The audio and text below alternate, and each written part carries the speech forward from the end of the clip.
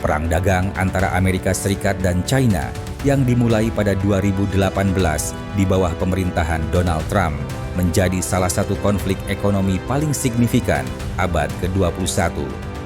Amerika Serikat menuduh China melakukan praktik perdagangan tidak adil, termasuk pencurian kekayaan intelektual, subsidi negara terhadap industri domestik, dan defisit perdagangan yang terus membengkak.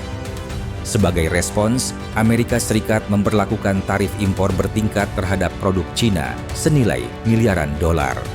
Cina, sebagai kekuatan ekonomi terbesar kedua dunia, tidak tinggal diam. Mereka merancang strategi balasan yang tidak hanya menarget sektor ekonomi Amerika Serikat, tetapi juga memperkuat posisinya dalam tatanan perdagangan global. Berikut 5 respons China terbaru menghadapi Perang Dagang Jilid 2 Donald Trump. 1.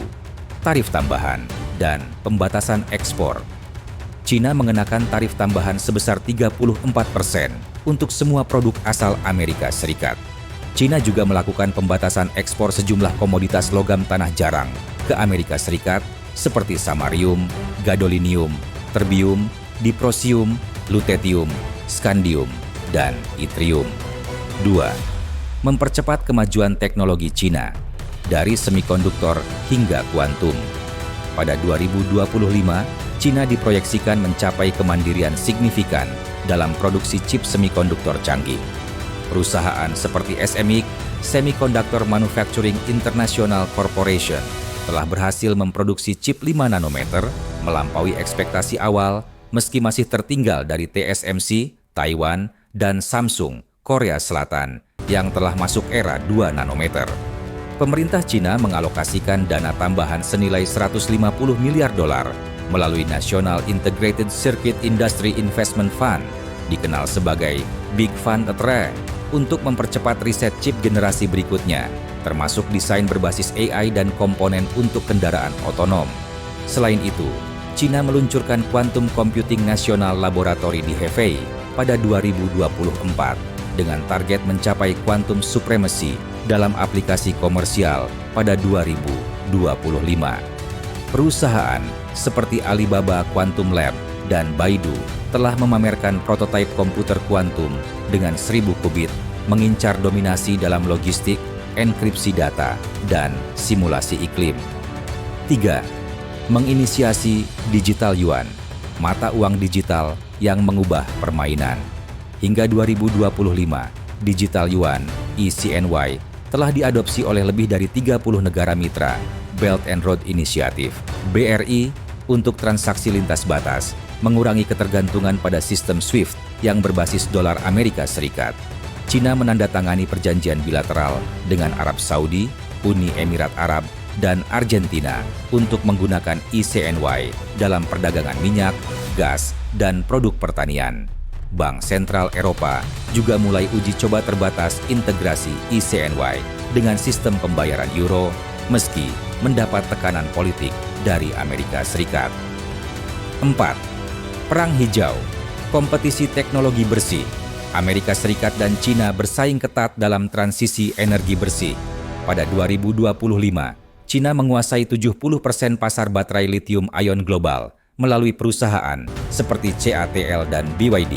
Sementara Amerika Serikat berupaya mengejar dengan dukungan Inflation Reduction Act senilai 369 miliar dolar. Cina juga menjadi eksportir terbesar kendaraan listrik (EV) dengan 40% produksi global berasal dari merek seperti BYD, NIO, dan XPeng. Namun, Amerika Serikat memberlakukan tarif 35% pada impor EV Cina dengan dalih subsidi ilegal, memicu gugatan Cina ke WTO. 5. Membuat aliansi baru, RCEP dan ekspansi BRI Regional Comprehensive Economic Partnership, RCEP, semakin menguat dengan masuknya Iran dan Turki sebagai anggota baru pada 2024, memperluas jangkauan blok dagang ini ke Timur Tengah. Cina juga meresmikan koridor ekonomi BRI di Amerika Latin, termasuk proyek kereta api senilai 10 miliar dolar yang menghubungkan Argentina dan Chili.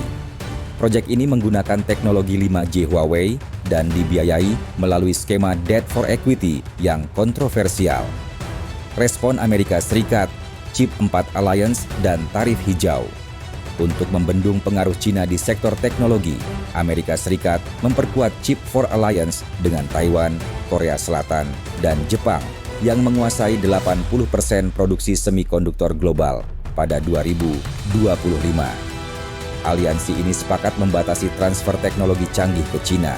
Di sisi lain, Amerika Serikat memperkenalkan Carbon Border Tax pada 2025, tarif impor berdasarkan emisi karbon yang berdampak pada produk baja, aluminium, dan kimia Cina. Cina membalas dengan skema sertifikasi karbon sendiri, menuduh Amerika Serikat melakukan proteksionisme terselubung.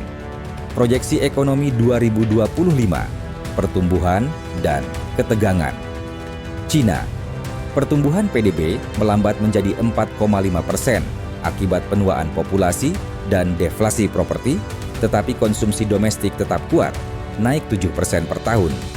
Ekspor teknologi hijau dan EV menjadi tulang punggung baru, menyumbang 25% total ekspor. Amerika Serikat, pertumbuhan stabil di kisaran 2-3%, didorong investasi dalam chip dan energi terbarukan. Defisit dagang dengan Cina turun menjadi 200 miliar dolar, tapi defisit dengan negara Amerika Serikat, ASEAN, dan Meksiko meningkat tajam. Global, menurut IMF, 30% rantai pasok dunia telah direlokasi dari Cina ke India, Vietnam, dan Meksiko, meski biaya produksi lebih tinggi 15-20%. Diplomasi multilateral, WTO, dan kelompok global selatan. Cina memimpin reformasi WTO dengan mengusulkan panel penyelesaian sengketa alternatif setelah Amerika Serikat tetap memblokir pengangkatan hakim banding. Pada 2025, kelompok negara global selatan, termasuk Brasil, Afrika Selatan, dan Indonesia, mendukung inisiatif ini, mengurangi dominasi Barat dalam tata kelola perdagangan. Cina juga menjadi donor terbesar Green Climate Fund, memperkuat pengaruh dalam isu lingkungan global. Tantangan demografi dan regulasi domestik Cina. Populasi usia produktif Cina, 15-64 tahun, menyusut menjadi 950 juta pada 2025, turun 5% dari 2020. Pemerintah merespons dengan robotisasi industri dan insentif kelahiran, seperti tunjangan anak hingga $10.000 per keluarga. Di sisi lain, tekanan pada sektor properti terus berlanjut. Evergrande dan Country Garden menyelesaikan restrukturisasi dengan dukungan negara, tapi pasar properti tetap lesu. Masa depan perang dagang, koeksistensi terkendali. Pada 2025, Amerika Serikat dan Cina belum mencapai kesepakatan perdagangan baru. Kedua negara memilih managed competition. Amerika Serikat fokus pada aliansi teknologi dan keamanan, Quad, AUKUS, sementara Cina memperdalam integrasi dengan global selatan. Namun, interdependensi di sektor konsumen, seperti iPhone dan Tesla, memastikan bahwa perang dagang total tidak terjadi. Digital yuan dan dolar Amerika Serikat tetap menjadi mata uang dominan, meski euro dan rupiah India mulai menguat. Kesimpulan, menuju tata ekonomi multipolar. Pada 2025, perang tarif Amerika Serikat, Cina telah berevolusi menjadi perang standar teknologi, mata uang digital, dan pengaruh geopolitik. Cina berhasil mengurangi ketergantungan pada ekspor Amerika Serikat melalui inovasi dan aliansi regional, sementara Amerika Serikat mempertahankan keunggulan teknologi melalui blok demokrasi industri. Ekonomi global semakin terfragmentasi, tetapi juga membuka peluang bagi negara berkembang untuk mengambil peran strategis. Pelajaran terbesar adalah, dalam dunia yang terhubung, konflik ekonomi hanya bisa dimitigasi, bukan dimenangkan.